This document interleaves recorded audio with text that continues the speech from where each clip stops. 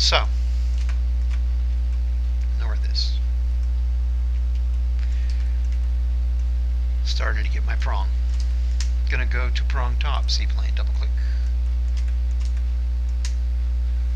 Going to come back in here, reestablish that line down the middle. Reestablish a line across the back. Explode this out. Delete that. Reestablish a box form. Go ahead and split this curve with the center line. And draw a circle diameter, intersect to intersect. And then move this circle down using quad and mid snap. Quad to mid. Actually, I don't want to get confused with that prong wire, so I'm going to put all these on the white and turn off the curve that has the layer that has the prong wire on it. Okay, so that's in the right position. I'm going to record history and mirror this over. And then I'm going to scale it. I want to take a look and see what I think, how much of a flat side I want to keep here. Reason I'm asking that is I can scale this non-uniform from here, or I can scale it uniform. I can scale it uniform from here. So I have a couple of options here as far as how I want to scale it. I'm going to scale it from here. I'm going to go ahead and use just a regular 3D scale. Origin point is the part you don't want to move. Now in this case, I don't have a lot of choice. I can try using the corner of the box. And that will give me the best result. Reason I'm doing this is I don't want to have a deep valley here. I want this to be easy to clean. I want it to be easy to access for the jeweler. And the way that it was is a very deep V, which is going to be a problem for everybody.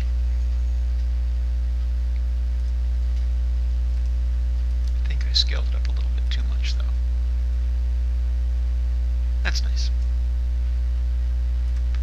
Going to go ahead and trim that out. Sorry for that. Very loud noise, at least on my end. Kind of nightmarish, actually. Go ahead and trim these out and trim the rest off. That is our new top view.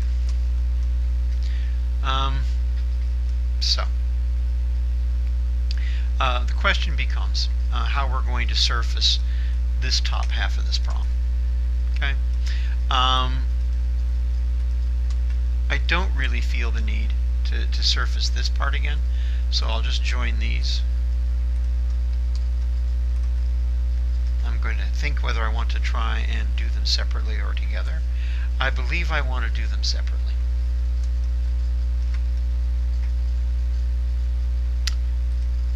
That would be the best thing to do. Okay? So, I'm going to want to split this so that I can use half of each one of these sides of this surface to keep tangency coming up into here. So, to split this, first I'm going to explode it into its two surfaces. I'm going to go back to oriented top. No, girdle. Let's take a look at oriented top. Oriented top would be the best, yes. I'm going to do a cutting plane. 0 enter. Reason I picked oriented top is because it's going to be more neutral than the top would be, but it would give me the same results actually. Since I've been very hygienic about how I've been doing my seaplanes, any of these would have split it the same way. I could have used oriented top, I could have used girdle, well, not girdle, no. Oriented top or prong top would have given me the same plane. So split using the the cutting plane, and I'm done. back to oriented front. I need a rail that's going to come off of here and come right up to where these dip in. The easiest way to get that is just to be an extend curve from arc to point, by arc to point. Curve, extend, curve, by arc to point here. Grab the edge of this split here, come up, and hit the end. Now whenever you do an extend curve, it gives you a poly curve, and we don't want a poly curve, so we're going to explode that into its two segments. We only want the top half. And we will now surface the prong.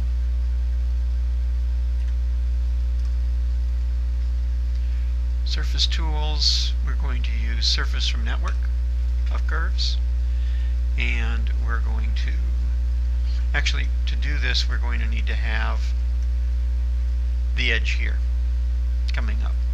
We already have that. It's right here in the top half of this prong. So duplicate edge, grab that.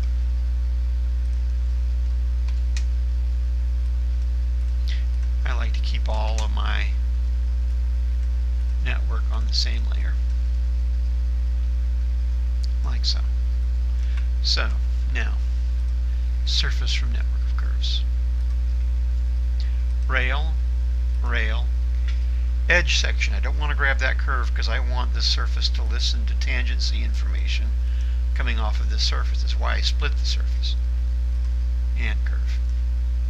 I should have a tangency option here, which has already been selected. Everything else is position only.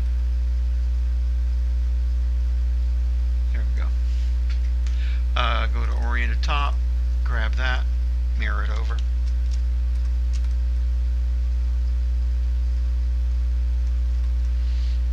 Join those together. Extract this surface here.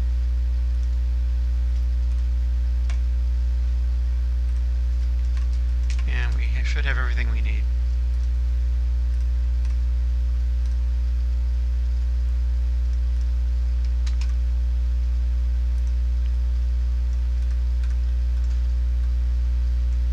To finish up the prong. Cat planar holes. Since we use C-planes to draw everything that were nice and planar and flat, we are given no difficulty there. Want to get all of my curves that I used to make this, group them together, put them into storage.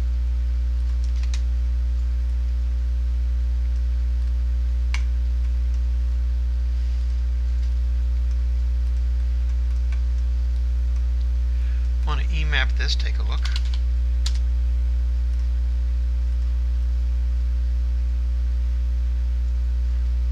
That's pretty nice. Top C-plane, bring back my stone. I've got a nice bite there. Bring up my ring bore. Front C-plane, extrude straight. And you'll see that that comes down quite deep, but ends up being a single smooth prong at the finger, which is exactly what I want. Okay. Last thing I need to do to this prong is I need to notch it for the saw blade.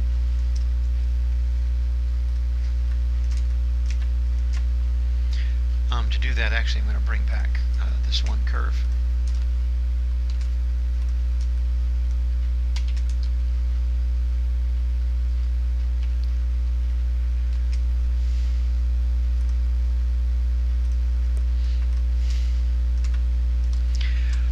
I want to extrude it at an angle upward. Okay, to do that I want to go back to my prong top C-plane, and I'll just extrude this straight up. Surface tools, extrude straight. I don't want both sides, I only want it to go upward. Like so. I want to I want to rotate this so that it gives me an angled surface. So I have a kerf for a saw blade to fit into. So to do that, transform, rotate 3D, rotation axis.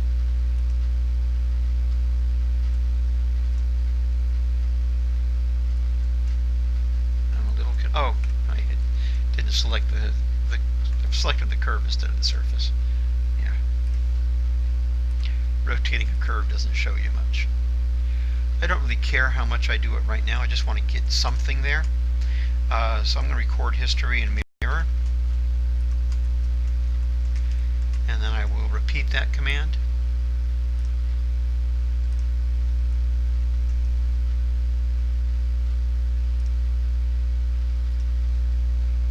Rotate 3D, start and end of an axis.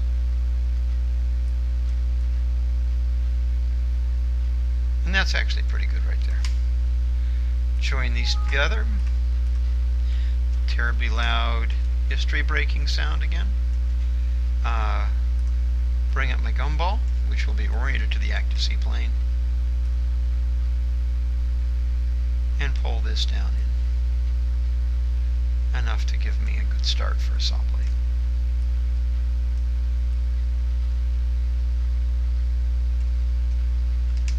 Check directionality of this.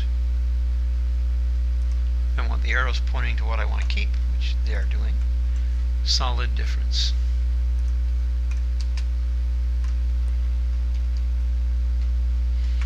There. Top C plane, mirror, and mirror.